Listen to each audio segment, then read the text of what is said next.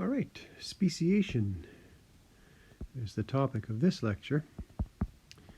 And of course, speciation is the word we use to describe the formation of species, of new species, I guess.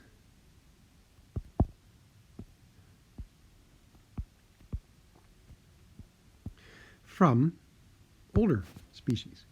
So, in a sense, when we say the formation of new species, what we really mean is the transformation or the evolution, right, of one species into another. New species always come about from older species. So first of all, let's recall our definition of what we mean by a species. And in order to belong to the same species, there's a very strict requirement. Mating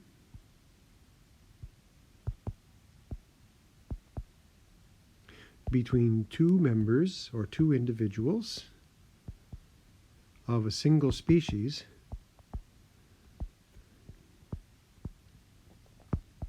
will produce or produces viable offspring. Viable offspring. So the offspring, you have to have babies.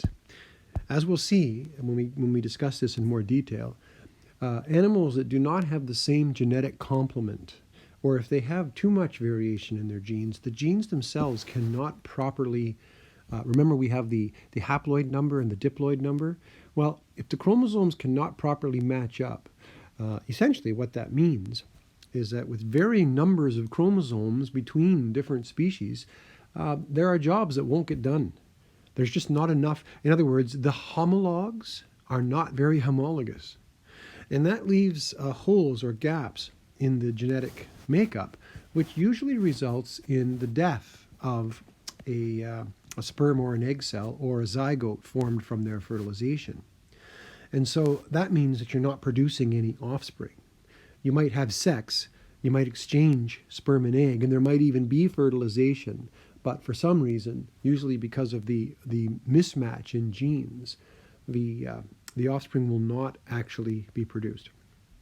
Now, I want to talk about the word viable here, because that's important. So what viable means is that if you have an individual, a male and a female, and they mate, if they produce offspring, those offspring that they produce must also be able to mate with other offspring and produce even more offspring. Okay, pedigree there, male and female. And then that must continue. And so there must be a way for the offspring to continuously produce more offspring. Viable means that the process can go on from generation to generation. So sometimes what we see is a situation where two animals of a different species could mate and produce a living creature. We talked about the tiger and the lion before. A tiger and a lion can mate and they produce something called a liger, which is just a blend of the two names. But the liger, when it mates with another animal, does not produce any further offspring. It is not viable. So when we say viable offspring, we mean that you have to produce babies that can also make more babies that can make more babies, and so that the chain can continue. So that's why viable is an important word in the species definition, okay? You have to be able to make babies that are reproductively viable. Okay, so that's how we define a species. So obviously, humans can do this. We are in the same species. Dogs can do this. In fact, what's interesting about dogs is even though we've created many different sort of genetic lines of dogs, we have breeds, right? A breed is sort of all members of the same species. So we also have words like breed, like a dog breed, or we use the word races sometimes. Races and breeds are divisions within a single species. So different members, different races of humans can breed and can produce viable offspring. So, we say people who are Caucasian race and somebody who is a black race, right? Though they can mate, and they will produce viable offspring, and it continues, so they're the same species. So races and breeds are showing sort of like, I guess you could say, the beginnings of speciation, where you have differences in phenotypes that are beginning to express themselves, but they're not different enough to prohibit the mating and producing viable offspring. So when we talk about breeds and races, those are intra-specific. They belong to the same species. Okay? All right.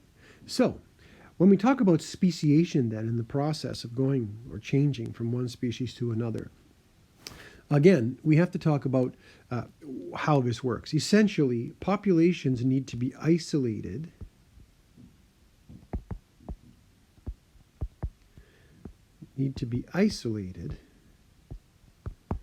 to prevent gene flow between them. In other words, there has to be a reason why certain alleles will stay in one population and not be transferred to the other. Okay? They need to be isolated for speciation to take place. Oh, and also, we also have the genetic drift effect, which can lead to speciation over time. So we'll talk about that a little bit too. But essentially, what we're first going to talk about is different ways that populations are isolated. How are two populations sort of kept from each other? And it doesn't have to be just your position or where you live. You can be isolated from someone even if you're in a crowd. If you have a psychological isolation, for instance, or a behavioral isolation. There can also be temporal isolations. Perhaps you just can't be at the same point in time with another individual. So isolation has many different forms. So first of all, let's look at ways that organisms, or populations at least, can be isolated. Now, what we're going to look at first are what your textbook likes to call prezygotic mechanisms of isolation. Prezygotic basically means before sperm fertilizes egg. Remember, when a sperm meets an egg, it produces a single cell, a fertilized cell called a zygote. And so we're talking about things that happen before a sperm meets an egg. So these would be things that involve the individuals before they essentially have a chance to mate. Okay? And these would be things that would isolate them. So the first one that your textbook talks about is called a behavioral isolation. And so this would be behaviors that basically prevent interbreeding. Behaviors that prevent interbreeding. And prevent interbreeding. Interbreeding means breeding with two different species.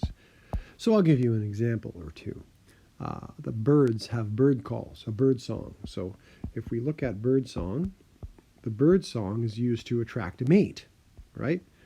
Well, as we said in our previous videos, these mating rituals are very species specific.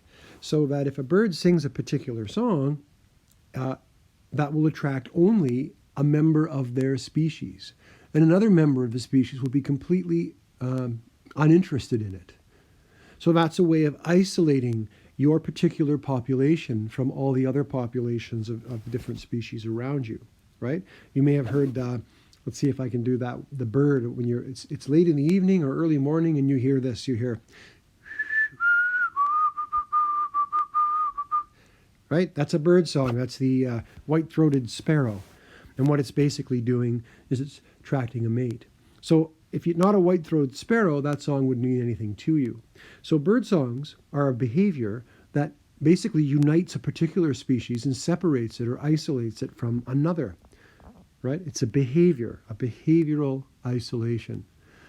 If you could look up, well, in fact, I could probably do this. Hang on a second. If I just change my screen here and I go to the internet and I look up the eastern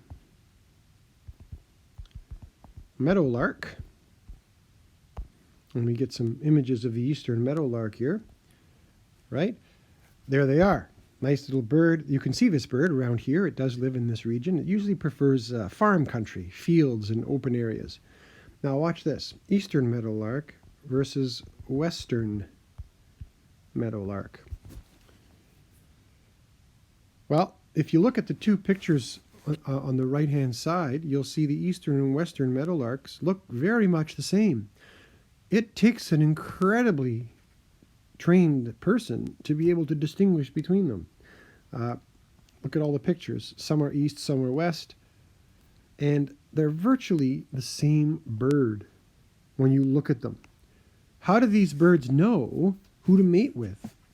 It turns out that eastern and western meadowlarks do not breed with each other. If we look at the distribution map, let me see if I can find habitat distribution. There's the two maps of North America that you can see there. You can see that the eastern meadowlark is very much on the east side of the continent, and the western is very much on the west. There is a small overlap in the middle of the continent, right from the Great Lakes and south. But what's interesting is, even though the two species live in the same region there, they do not mate with each other. So how is it that they don't mate with each other? Well, the secret is they have very different calls, very different songs that are distinguishable. Go back to our note. So the bird song prevents the eastern and western meadowlark from mating. It isolates the species due to this behavior.